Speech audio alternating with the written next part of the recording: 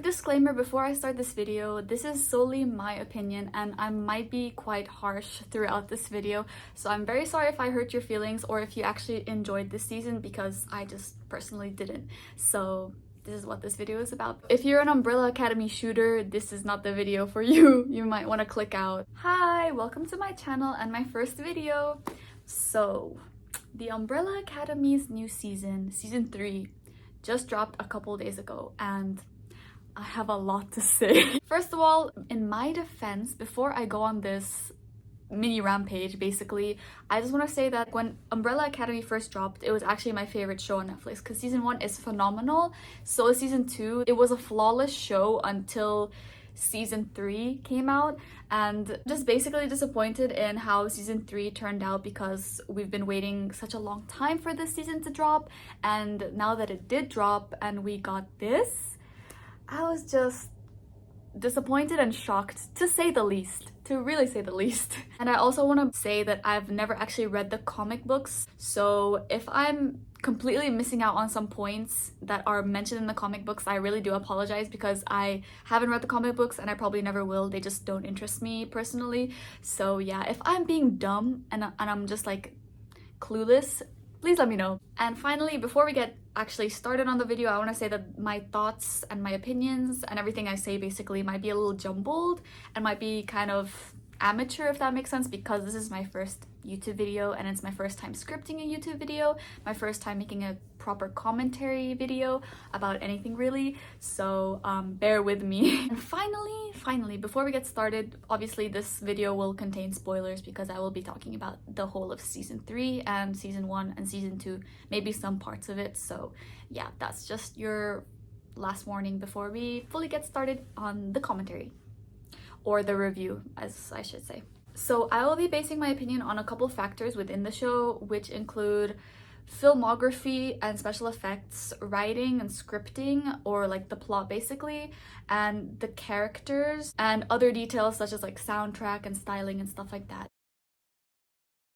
So first we will start off with the filmography. I wanted to say that the filmography throughout the whole series was pretty impressive, as it usually is. Like season 1 and season 2 had really good filmography and it's just like really nice to look at, you know? I personally always love the filter or the tint that they added to the show after, like when they're editing, especially for this season because it's more like dark. It kind of gives me Twilight first movie vibes with the dark blue tint.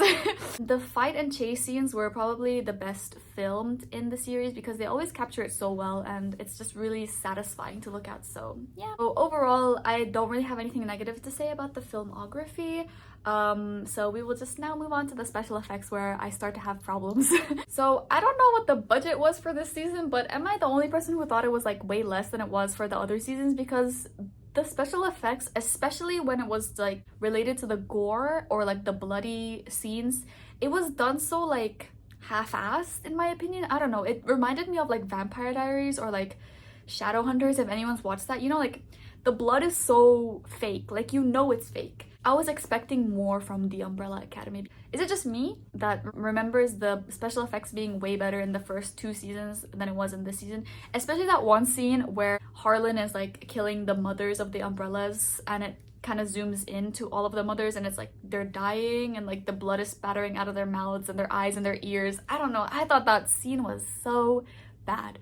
And moving on to different parts of the special effects, like the green screens. Okay, first of all, I want to say that I know COVID had a big impact on like the way they film this season because they always used to film in like various different locations in the other seasons, but they were kind of like secluded to like one location kind of in this season, which was the Hotel Oblivion. Some people might say that kind of kept the series kind of closed off or like isolated, but I personally really like the isolation of the hotel and they're all just kind of stuck there together trying to figure out how to stop the Kugel Blitz and like basically the end of the world. The thing I really liked about the season was like it's really dark. Like I really like dark shows and I kind of liked how they implemented that into the show, but I just wish they did it better because the plot should have been better because the themes of the show are really good for this season, but just the plot is kind of crazy.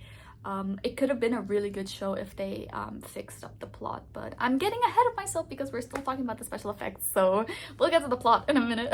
But yeah, back to the special effects. The locations probably could have been better if COVID wasn't you know, affecting it. Like, especially for that one scene where Marcus, number one for the Sparrows, is on top of the academy and he's doing like those like pull-ups or like what, like push-ups or something, and then he does like backflip.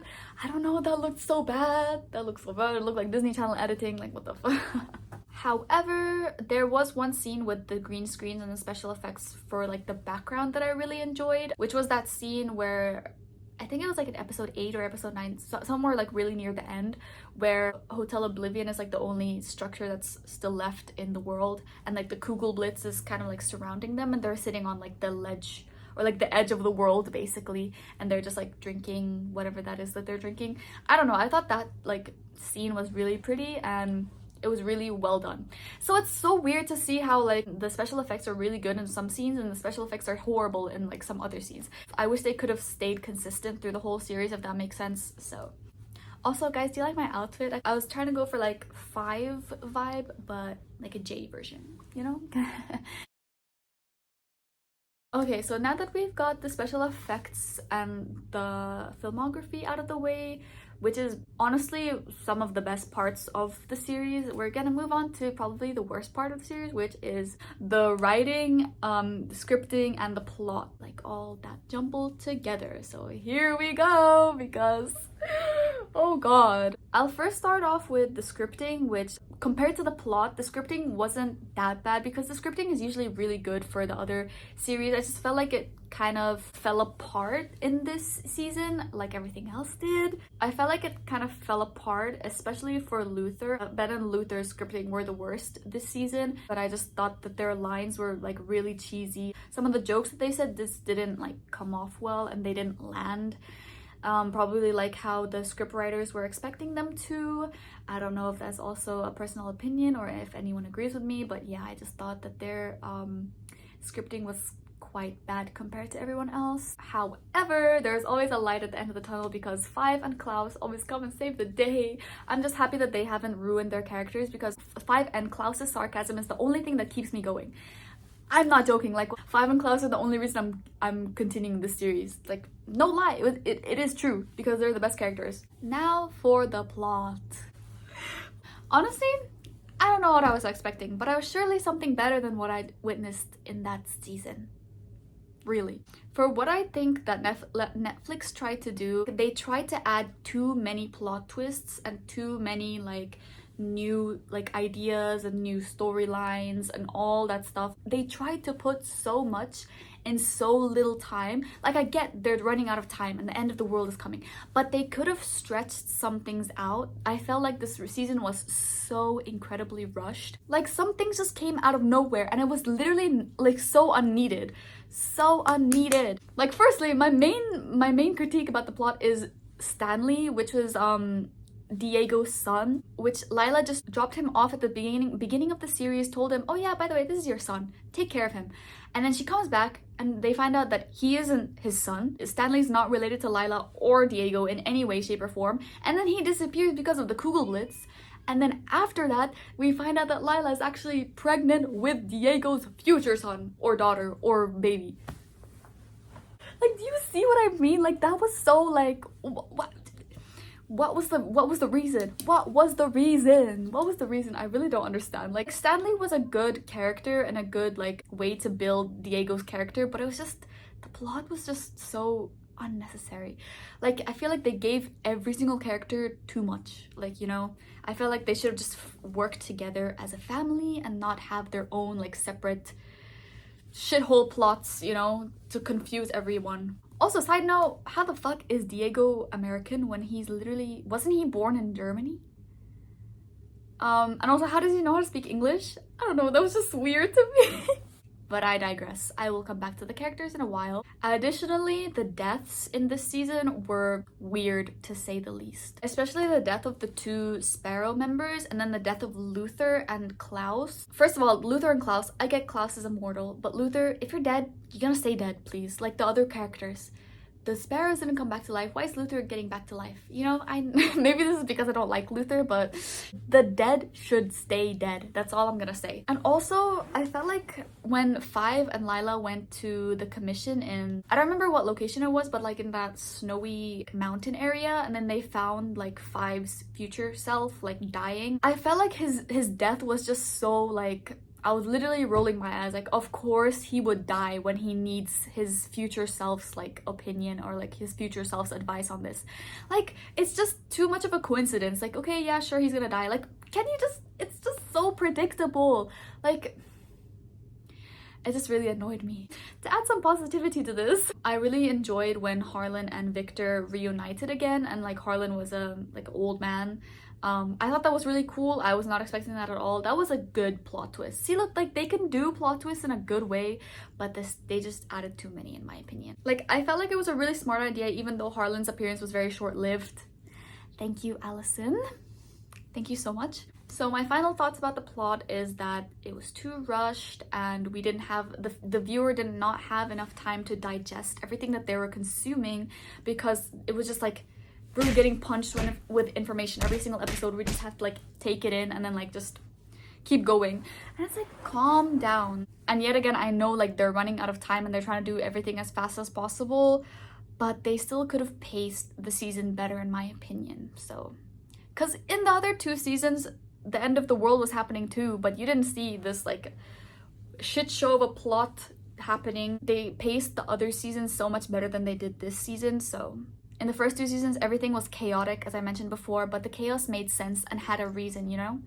But in season 3, I felt like the chaos didn't have a proper reason, or it was just chaos because there could be chaos. You know? So now we'll move on to a line that really struck me to my very core, that had me gasping for air because I was so shocked. Ooh! This is when Allison found out that Victor had kept the secret of Harlan being the one who killed their birth mothers.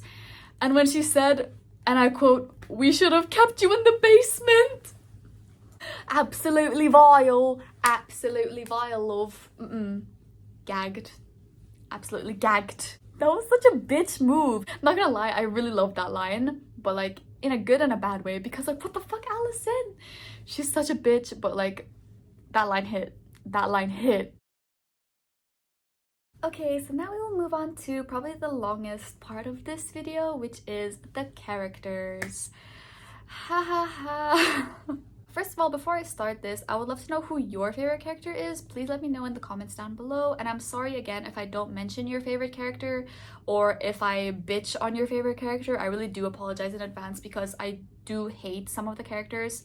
And that's just my personal opinion, as I said before. So if you don't like it, I'm very sorry. I just try to include the most popular, or like the most important characters in a sense, which are like, you know, the main cast, or like people who had like the most significant value in the plot and the storyline of season 3. So let's begin. First of all, we will start with Victor, who is basically the main character, I guess. The main thing I would like to say is I loved how they made Victor's character trans as well, because Elliot Page is trans, and it just makes sense. Like it doesn't seem like it just came out of nowhere, you know what I mean?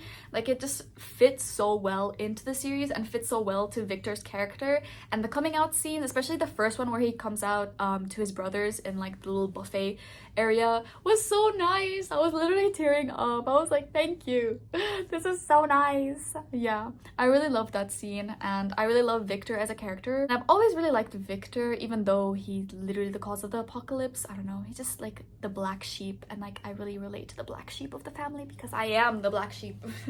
And as I mentioned before, I really enjoy Victor and Harlan's plotline in this season, because we get to really see how Harlan's life is affected by the decision that Victor made to save his life in that lake in 1963, and like kind of give him his powers in a way. And we get to see how painful Harlan's life is, and how he is really struggling to harness his powers and how to control his powers. And I love the fact that Victor can actually own up to his mistakes and tries to right the wrongs, unlike some other characters in this season. Also, he is way too good for Allison. He is too good of a brother to Allison. He's way too good of a brother for everyone. He's kind of like the one who just eats everyone's shit up, you know? He just kind of sits back and observes really like quietly, which I really relate to because I really am that type of person. I just wish that Victor could stand up for himself and not take the shit that Allison gives him, because he tries to be the bigger person so many times in this series by apologizing to her, and all that she does is just like blow him off when he's not even in the wrong. Like, sorry that he kept that, it wasn't even that big of a secret because they didn't know their moms in the first timeline. Like in the beginning of the Umbrella Academy in season 1, they didn't know their moms. So why is it a big deal to know that Harlan killed their moms when they didn't even know their moms in the first place? Like, I don't get it. Why is she so pissed? The other siblings didn't even react that badly. Like, Klaus was literally trying to find his mom this season, and when he found out about the Harlan thing, he didn't even react that badly. They were all just like, what? Oh my god. And then they just moved on. Like one should. But Allison is a literal psychopath, literally mentally ill of mental illness that she, I don't know. I'm getting too ahead of myself because we will talk about Allison in a later period. But yeah, my main point is that Victor is too good for Allison and for the rest of the Umbrellas. All I gotta say. So yeah, overall, he's one of my top favorite characters in this series and in this season in general. We will move on to Luther. I should have done this in the order of their like numbers. I'm so stupid. I'm sorry, that's probably gonna annoy someone. But I just did it in like the order of like the Netflix, how they like cast them. So I'm sorry if you guys were expecting me to be like number 1 Luther, number 2 Diego. I'm sorry, that's not gonna happen. So number 2 is Luther. So I'm not gonna lie, Luther has never been my favorite character, especially in season 1 where he was a bitch ass motherfucker.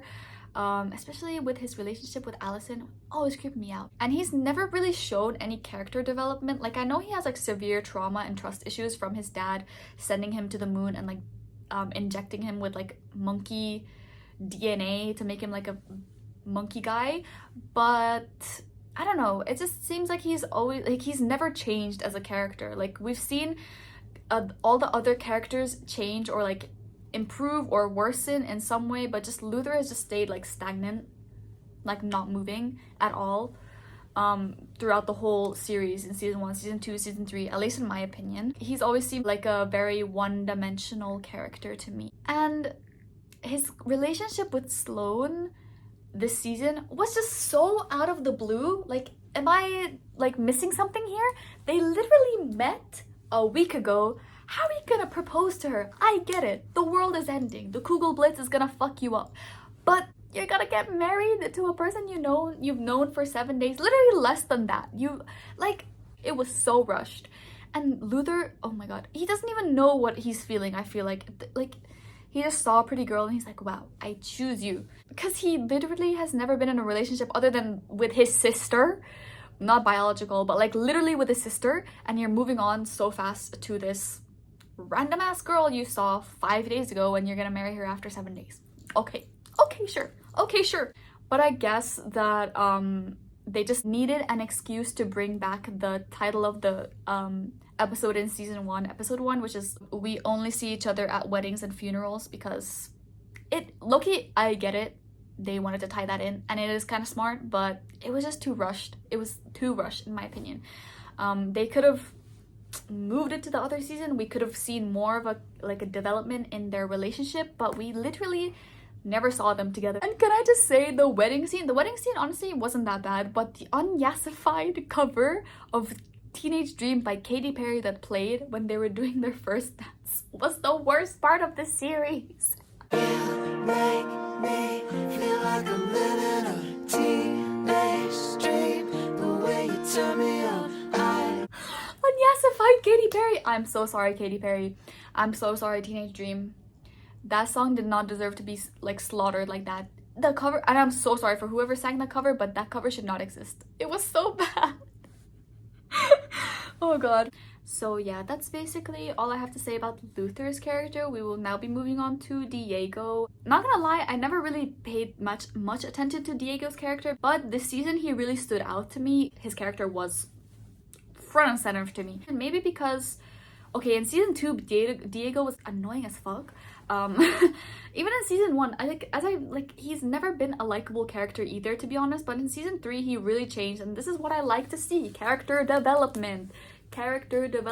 So in a way, I know I mentioned that the Stanley plotline was kind of stupid and kind of useless, but in a way it did improve his character because he had to like mature, because he was just faced with a fucking child dropped at his feet just out of the blue by Lila, so he had just kind of had to like man up and take care of the kid. And whoever styled him this era, yes, K-pop idol, whoever styled him this season, I know I'm getting ahead of myself because I have a segment for styling, but his haircut, thank you God, because that shaggy ass hair that he had in season 2 was disgusting. I'm just gonna say it was disgusting.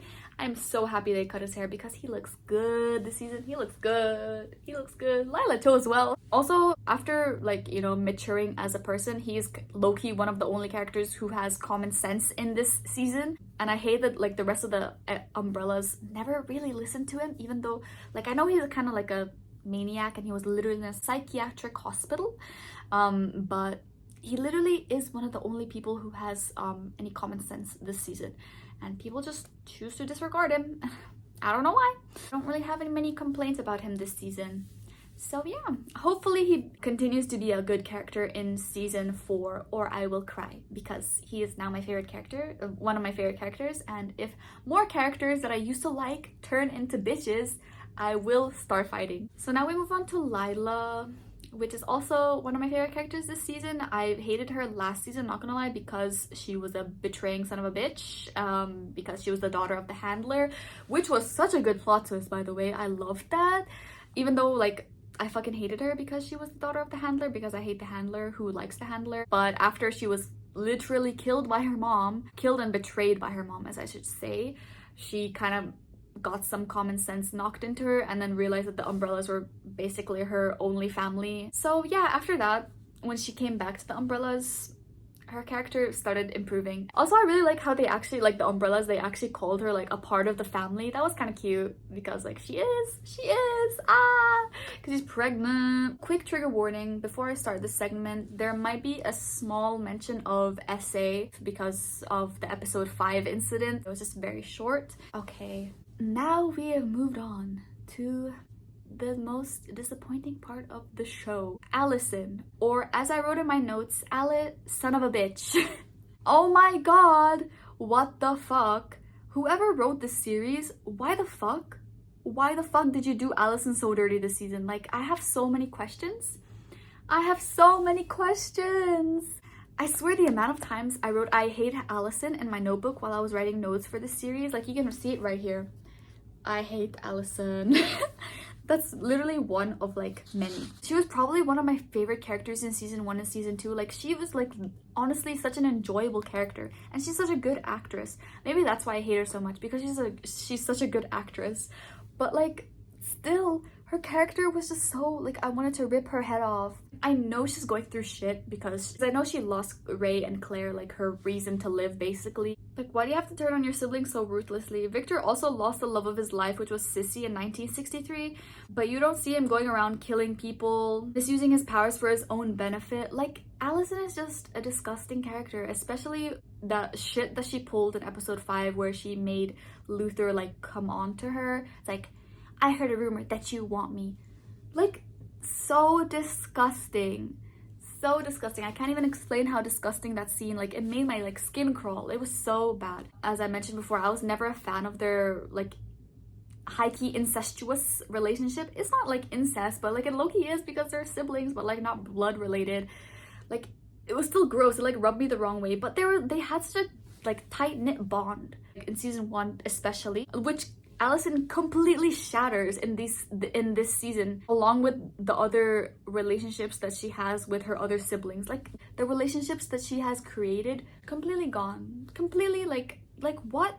Especially the one, like, Luther and Victor, like they got so close in the beginning of the series, Allison and Victor, and just they turn on each other so quickly and like so ruthlessly. Allison used to be a Victor's ride or die, but now she just wants him to die. Like, honestly. And at the end, she literally sold out her siblings to Reginald for that, like, thing in the Oblivion, just so she can get her family back. Like, granted, she didn't know that they were gonna be sacrificed and, like, literally die, but the fact that she even went behind their backs is already shitty enough. So, like, Victor did such a good thing in season 1 by slicing Allison's throat out with that violin bow. I wish we could turn back time. Wish we could turn back time to the good old days. Also, I'm sorry that I keep looking like here instead of the actual lens. I'm filming this on my phone, so I'm very vain, so I keep looking at myself because I'm so pretty. In conclusion, Allison was the true villain of season 3, and I will stand by that till the day I die. Side note, I saw a tweet. It was like it's not confirmed or anything, but someone just saying a random theory, which I kind of believe because it is true. In season 1, Luther is the most annoying character, and he's number 1, right? In season 2, Diego is the most annoying character, and he's number 2. In season 3, Allison is the most annoying character, and she's number 3. So with this pattern going through the first 3 seasons, kind of making sense. I hope it's just a coincidence, because if season 4 comes around and Klaus is the most annoying character because Klaus is number 4, I will die and I will scream and I will cry and I will throw up and I will send a strongly worded email to Gerard Way, because Klaus cannot be an annoying character. He will not. I refuse for Klaus to be an annoying character. He doesn't deserve to have an Allison moment. He really does not. He doesn't even suit the bad guy thing. So like, I just hope that they keep Klaus's character clean and happy and sarcastic and funny, and yeah. So that's the end of Allison's part. I'm really sorry that was so long. I just really hate her character, as you can tell. Okay, so the next character is 5, which is my all-time favorite character. I've even dressed up as him, low-key. I tried to, ish. He's always been like a little shit in season 1 and season 2, but maybe that's why I like him so much. And I'm really glad that they kept the sarcasm of the character throughout this season as well, and I just love Aidan Gallagher's portrayal of the role. He's just so good at acting, like it's just so unbelievable. I love his character so much, even though I am slightly petrified of Aidan Gallagher in real life with his piercing blue eyes and his singing. 5 is basically the only one with common sense in the Umbrellas and the Sparrows. Just in this series as a whole, he's literally the only one with proper common sense, in my opinion. He's the only one busting his ass for the family and what they do. They still belittle him and they still ignore him. He's literally 60 years old. He's survived the apocalypse. He's the creator of the commission, and they just disregard everything that he has to say. When he literally says, "Don't save the world, my future self lived through this, and he told me to not save the world." What do? They try to save the world. Okay, just die. Honestly, just die at this point. I don't care. Let the Umbrellas die. Everyone in the Umbrellas would have died if 5 wasn't there trying to save their asses. And not because of the apocalypse, just normal mundane activities. They would have died. They would have died. Okay, somehow I fixed the lighting-ish. I'm sorry if it looks really off. I should have filmed this earlier. I don't really have any other lights that look flattering other than this, and this isn't even flattering. Anyways, continuing with the characters, which is Klaus, which is the last one of the Umbrella Academy. He is also another character that has aged pretty well, in my opinion. I've always kind of like enjoyed Klaus's character because he's like unique in his own way, I guess you could say. Even though his character is kind of one-dimensional like Luther's, in the first 2 seasons, you can really see a switch in his character in the new season with his relationship with Reginald, because even though he's had like a significant childhood trauma with how his father treated him in the past, with like, you know, locking him in the cemetery and taking advantage of him and his abilities, he tries to kind of like open a new page and like, you know, start fresh with the new dad in this season, and, you know, tries to make amends in that sort of way. So I really like that, how he like matured and he was like, yeah, I'm just gonna give you a new chance, you know, even though he's like literally traumatized from what his dad did to him in the past. Also, the sad thing is like the new dad literally took advantage of him again, but that's not his fault, obviously. And also, I don't have a lot else to say about his character, because his character's always been good and always been, like, as I said, one-dimensional. Not in a bad way, but just in a good way. Like, he's always been such a good, wholesome character in that sense. Like, he's just that one character that, like, everyone likes. Like, we can all collectively say that we love Klaus no matter what, I guess. I hope. The next character we'll be talking about is Reginald, the new Reginald, which is the Sparrow's dad, not the old one, which died in season 1. Then that moves on to the main complaint I have of the character, which is I don't really understand him. The Umbrellas throughout the whole series try to make amends with Reginald from this timeline, which is not their real father, and they don't know him and he doesn't know them. Reginald has never met them before, until like 7 days ago, you know what I mean? Like, until they traveled to this timeline from 1963. So why are they treating him like he's their dad? Like, I get it, he looks the same, he like acts the same, but they didn't try to make amends with Ben. Ben looks the same. I don't get it. Like, am I missing something? Like, is Reginald the same, like, Reginald from season 1? Like, is it the same dad? Or is there like 2 dads? I either sound really stupid or I'm making a lot of sense right now. So please let me know if I'm missing out on something. Like, is he like, because I know he's an alien robot thing. So is he the actual dad from season 1? Like the same dad as the Umbrellas? Or is he just a completely different dad? Because like, if he's a completely different dad, it makes no sense to me why the Umbrellas try to make amends with him. Even like Sloane to Luther, like on their wedding night, she's like, just give him a chance. Like, why should he give him a chance? This is not his dad. Sure, he looks and acts the same, but he knows nothing of his childhood and he knows nothing of like Luther at all. Like, he knows nothing about him. So how would he even try to make amends? Even if he said, you know, I'm sorry to Reginald, Reginald could just be like, yeah, I'm sorry too. But he doesn't mean it because he doesn't know what he's talking about. I feel like I'm missing something important. Aside from that, I think we can all agree that his character has always been quite annoying and like creepy, and in this season you can kind of see like the similarities between him and Allison, because they're both kind of fueled by the same thing, you know, trying to get their families back, because Reginald goes through this whole shit show of the Umbrella Academy and the Sparrows to get his wife back from the dead, and Allison is literally on the same boat. Reginald is sacrificing his kids, Allison is sacrificing her siblings just to get, you know, her family back. Like, she doesn't care about anything else, and neither does Reginald. Like, Reginald is more cold-hearted than Allison because he literally does not give a shit about anyone. He literally is a robot. But yeah, they're very like similar, and that's why the deal between Reginald and Allison in like the last episode, or like the second last episode, didn't really surprise me. I was like, oh yeah, okay, that makes sense. They were both gonna get what they wanted at the end if they like sacrificed the Umbrellas and the Sparrows. So yeah, that plot made sense to me. I still didn't like it, but it made sense to me. Like, I wasn't like, oh my god, Allison, you betrayer. Like, I was like, okay, yeah. Like, her character can't get any worse than this. Like, I'm excited to see his character improve next season, hopefully, because now he has his wife back, which could mean that there's less creepy, scary, annoying old man who wants to sacrifice his kids. So we'll just have to wait and see for that. But hopefully he does have a character development, and we get to see an actual positive side to Reginald, because I'm pretty sure he's just not all cold robot man. Okay, so now we've finally moved on to the last segment of the characters, which are the Sparrows. I will say this to start, that I'm sure that in the comics their quirks and their like superpowers and all those stuff are probably mentioned in some sort of way, in some sort of depth, better than it was in the show, but I still wished that they would have explained something about their powers in the show. I don't know, it just felt off, because we were just dropped into a new timeline and just expected to like accept these new characters into the series, even though we don't know anything about them. Like, I get they have the same backstory as the Umbrella Academy, where Reginald bought all the 7 babies, blah blah blah blah blah, same thing, but like, that's already a given because we know what happened with the Umbrellas, but we just don't know their individual like powers.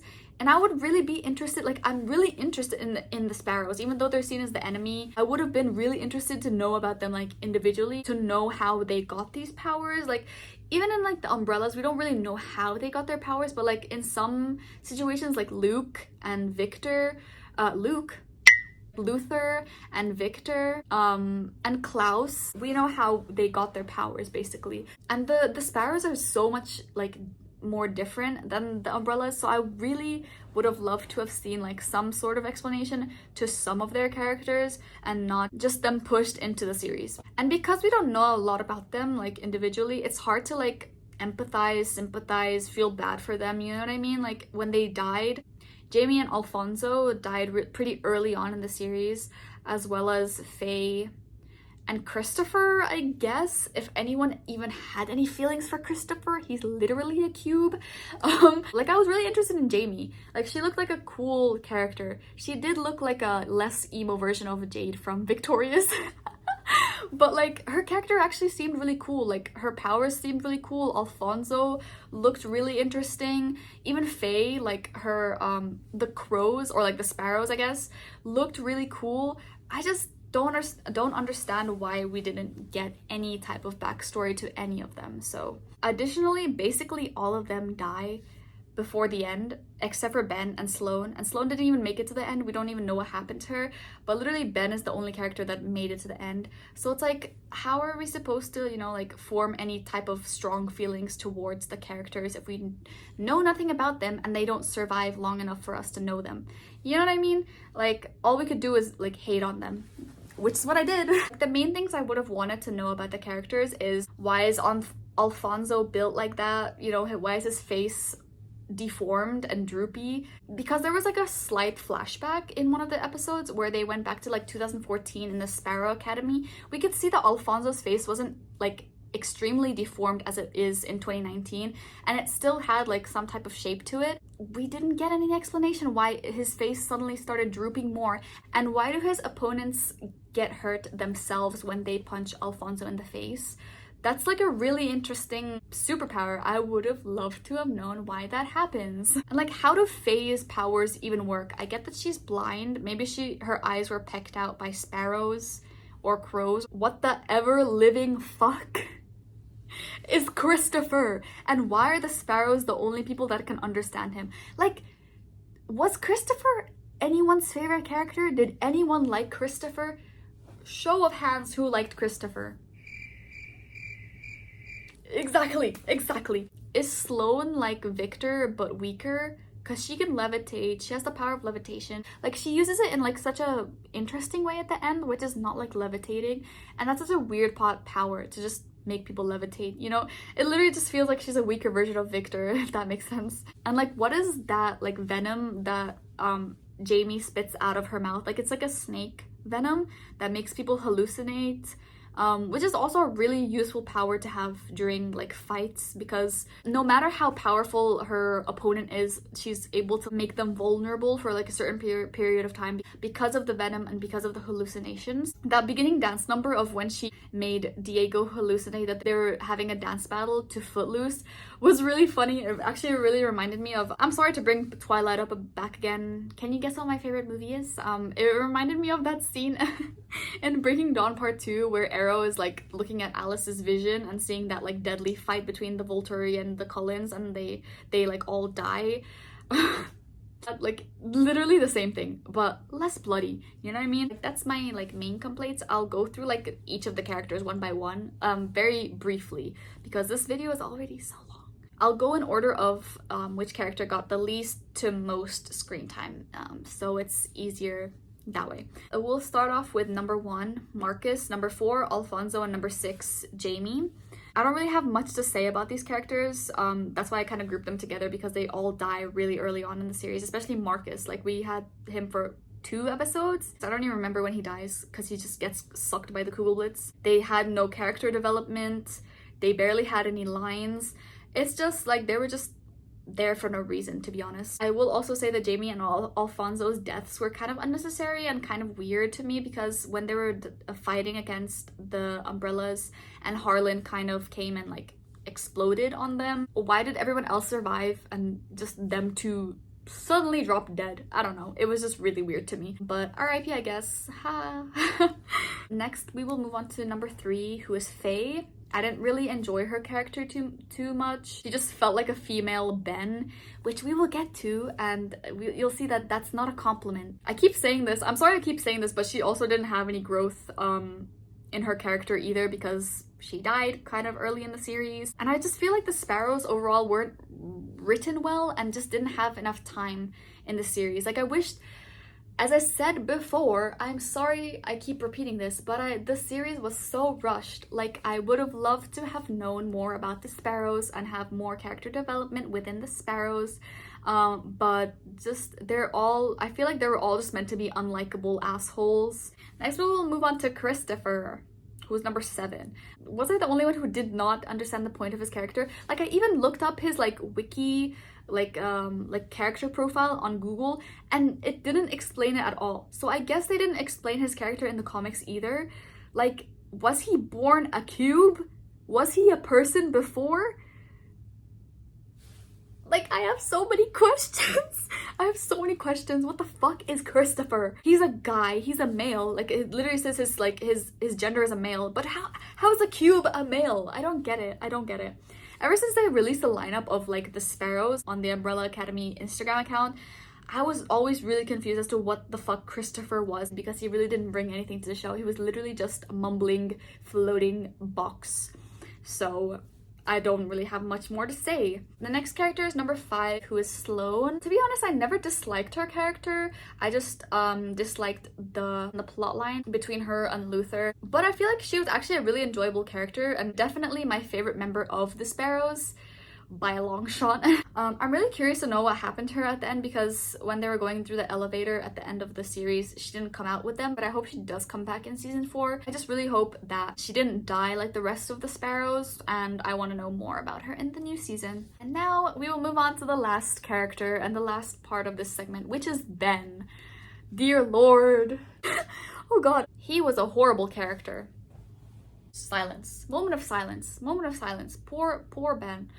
He was a horrible character. I'm so sorry. I don't know if it's because of the actual actor, like Justin, isn't used to playing these types of roles, but like, he just didn't portray it as I was expecting. I feel like as if he just doesn't suit the role of an evil jerk, snarky bitch, which is a direct extract from my notes when I was watching this series, because that's what Ben is. Like, he's a snarky ass motherfucker. And I also wrote, you know when you hate a character, they're so insufferable, like you just want to punch them in the face and you want to rip their hair off? It usually means that the actor themselves is so good at portraying the role because you're so annoyed. And this is seen in like Allison. The actress for Allison does her role really well because I fucking hated her this season. But like, another good example of that would be like Dolores Umbridge in the Harry Potter series, fuck that bitch. Or like Doksu in Squid Game, the guy with like the snake tattoo here.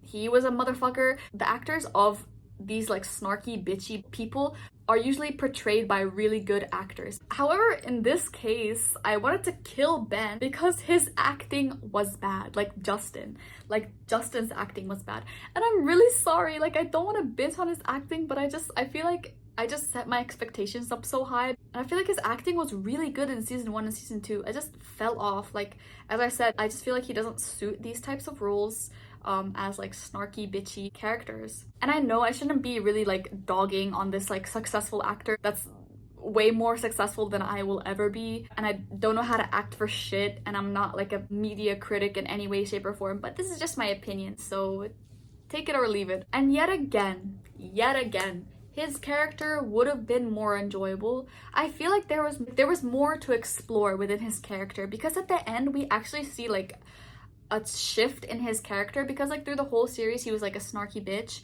but in the end we kind of see like a soft spot for Ben when he doesn't get invited to the bachelor party. And I would have really loved to have like seen more of that, because that shit is interesting. Childhood trauma is interesting when you explore it deeper and deeper. And finally, there is a scene where Victor goes into Ben's room. I don't remember, I think this is after Harlan dies, and then he like cries on Ben's bed, which is, first of all, it's just a random place to go to, but Victor's in Ben's room, and like his room is like covered in drawings of like a girl. Below each of the drawings there's a name Jennifer on all of them. And the Umbrellas keep referencing the Jennifer incident when talking about how their Ben died, like the Ben from the Umbrella Academy. But we never got to talk about it, and they never referenced it fully or properly. They just kept saying, it's a long story. Your mom is a long story. That long story could potentially bring something interesting into shitfest that was season 3. But no, let's just move on. Like, yeah, it's a long story. You don't have to talk about it. Yes, we do. We need to talk about it. I want some depth to Ben's character, because we, even till this day, we don't know shit about the Ben from the Umbrella Academy. You know what I mean? Like, I like his character, but I don't know anything about him. I know that he's dead. I know that he has tentacles coming out of his stomach. That's it. We never find out about his death, and I don't think we ever will at this point. I'm just, Okay, that's the end of the characters. I know that was a lot to take in. I'm very sorry. Now we will move on to the extra things that I just wanted to like mention, like kind of insignificant details, some things that I think I mainly only noticed, or like just things that I just wanted to talk about that are kind of related but not really that important to the series, but I still wanted to include. So first of all, we will be exploring the soundtrack. I'll say that the soundtracks for the series has always been really good since the beginning, since season 1, and this season thankfully didn't disappoint, because I could not deal with a shitty soundtrack with a shitty season. I will admit that they used some odd choices of songs for some of the scenes, like for example when they seemingly destroyed the Kugelblitz, they played Another One Bites the Dust by Queen, and then the scene like they're showing is like them like partying, like going like crazy and like popping champagne and being really happy. I feel like that song doesn't really match with the atmosphere of the scene. They could have chosen a more celebratory song, a more fast-paced song to like match their emotions, but I get the meaning behind the song, like Another One Bites the Dust, like another apocalypse was ended, basically. I get it in that sense, and that's just such a really tiny critique on like such a flawless soundtrack in every other way. But I will say, I just wanted to bring this in, no matter how good the soundtrack will be, no matter how well they pick the songs, nothing, and I mean nothing, will compare to the season 1 scene where they're all like in the academy, like the Umbrellas are in the academy, and like Luther puts the record player on and starts playing I Think We're Alone Now by Tiffany, and they all just start dancing like separately around the house. I think we're alone now. The beating of our hearts is the only sound. It's literally superior and unbeatable till this day. I swear nothing is ever gonna beat that scene. That's literally the best scene in the whole series. Yeah, and that song is just amazing. But yeah, that's my only critique and opinions about the soundtrack. And now that brings us to the second last part of my review, which is the outfits. I feel like it's a minor detail for a lot of people, but personally I'm really interested in fashion. You can follow my Instagram, you can see that I really am into fashion. I really love clothes and styling and all that type of stuff, so I tend to focus a lot on people's clothes in like movies, TV shows, just in real life, and I wanted to just include this little segment of fashion and like my teeny tiny useless opinions on it. I don't think a lot of people register the fact that fashion can really make or break a character in a series. Like it really can. It can have a really significant difference because it's basically the first thing that you see on a character other than like their face or like their makeup or their hair. Because a lot of the times the character will just wear the same thing every day for the whole series or like the whole season, and that outfit can like make you like the character more or make you hate the character more, if that makes any sense. The majority of the characters though had consistently good and similar outfits this season, with like a very similar color palette of like dark neutral colors. There wasn't very many bright colors this season except for Klaus. He had like a couple of like bright shirts, I think. My favorite character in terms of outfits is Lila.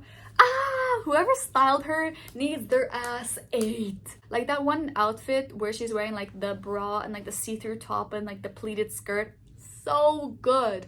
And I also loved her outfit when she was in Berlin, like playing in the band. So good. I love how her outfits really match her character. On the contrary, the character whose outfits I hated the most was Diego's. They keep giving him such weird outfits, like old man clothes. Like in the last season, they gave him this like Harry Styles style t-shirt. It was so weird. It doesn't match his character at all. And then this season, I'll try to find a picture of it, but I get he's trying to be comfortable because he's like trying to save the world, you know, he has like a lot of like knives and like he needs a lot of compartments, but you can still be stylish and like, you know, kick ass at the same time, you know what I mean? The outfit that he was wearing literally looked like a camp counselor from like the Hunger Games or something like that. I don't know how to explain it. Like it looked so odd, like it looked so bad. His character is hot and they gave him this shit excuse of an outfit. Nah, I think they should just stick to what he wore in the first season, which was like all black, like turtleneck with like gloves and all that stuff, like very robber style clothes, because that does really suit him. I feel like that should have just stayed consistent throughout the whole series, to be honest. Okay, furthermore, I would like to say that the color palette, as I mentioned before, which was like darks, like dark neutral colors, like blacks and like greens, like military greens that they used for a majority of the characters, was really nice. It kind of matches the vibe of the season in a way, because it's kind of like a darker plot line compared to the other seasons, because everything is kind of like shattered in a way, you know what I mean? Like the world is ending, obviously, like it has in the other 2 seasons, but like, you know, everyone's kind of hopeless this season, so I feel like the wardrobe really reflects that as well. I think the change in color scheme this season also shows a shift in each characters' personalities in a sense, especially Allison's in particular, because in season 1 and season 2 she wore a lot of bright colors like white or yellow, because she wasn't experiencing any hardships or any like tragedies really in her life other than the apocalypse. But she was happy and content with her life with Ray and Claire, so she had all these like bright clothes on and there was nothing to really worry about. However, now that she has lost her family, suddenly she's only wearing black and very monochrome dark colors and shades, showing that she went from a very happy and fulfilled life to more of a depressing and alone way of living, if that makes any sense. I hope that makes sense. I feel like she's the main character that's like feelings are represented in the way she dresses. Also the fact that she cuts her hair is also very symbolic. Hair cutting is kind of synonymous with like mental breakdowns in this generation now, so it's like kind of just showing a turn in her character where she goes from like being like depressed to literally insane. Once she cuts her hair, she like literally does a 180 and goes literally batshit crazy in the series, in the season. So now we're to the end of the video, which is my conclusion and my final thoughts basically about the whole series. I guess my final like verdict is that the season was bad. I don't know if you could tell, but I really didn't like the season. I just really hope that season 4 doesn't disappoint as badly as season 3 did. Like, in all honesty, I appreciate this season as a progression to the series, but it overall felt like a messy filler where so much but so little happened at the same time. Season 4 has a lot of potential and it has a lot of shoes to fill after the shit show fest of season 3. It can go in so many different ways and it's already shaping up to be a good season, to be honest. Like, from all the theories that people are like putting out, it's already like, you know, seems way more interesting than season 3. My final rating for Umbrella Academy season 3 is a solid 3 out of 10. 3 out of 10. Would I rewatch it? No. Would I recommend it? No. I've actually been warning my friends not to watch it.